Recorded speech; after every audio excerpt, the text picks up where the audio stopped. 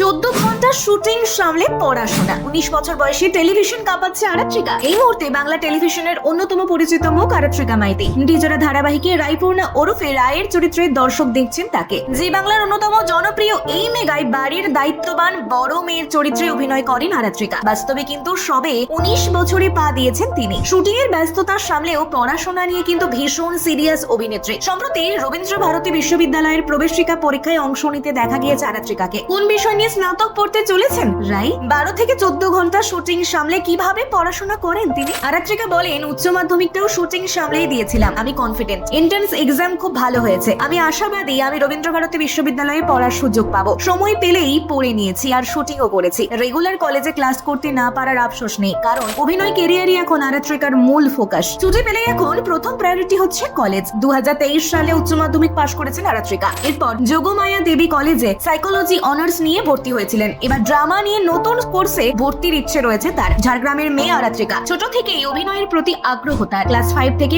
Audition দিয়েছেন। অগ্নিশিখা সিরিয়ালের মাধ্যমে তার অভিনয়ে হাতে খড়ি। এরপর বড় ব্রেক পান জি বাংলার খেলনাবাড়ি সিরিয়ালে। যদিও প্রথমবার ক্যামেরার সামনে দাঁড়িয়েছিলেন রানী রাসমণি সিরিয়ালে। 3 দিন ক্যামেরার সামনে দাঁড়িয়েছিলেন শুধু এক্সট্রা হয়ে। কোনো সংলাপ বলার সুযোগ আসেনি। খেলনাবাড়ির মিতুল চরিত্রে অভিনয়ের সুবাদে অনেক দর্শকের ভালোবাসা কুড়িয়েছেন আরাত্রিকা। আর সেই সিরিয়াল বন্ধ হতে না হতেই একই চ্যানেলে একই স্লটে শুরু হয়েছিল মিঠি ছোড়া। তাই কাজ নিয়ে বেজায় ব্যস্ত।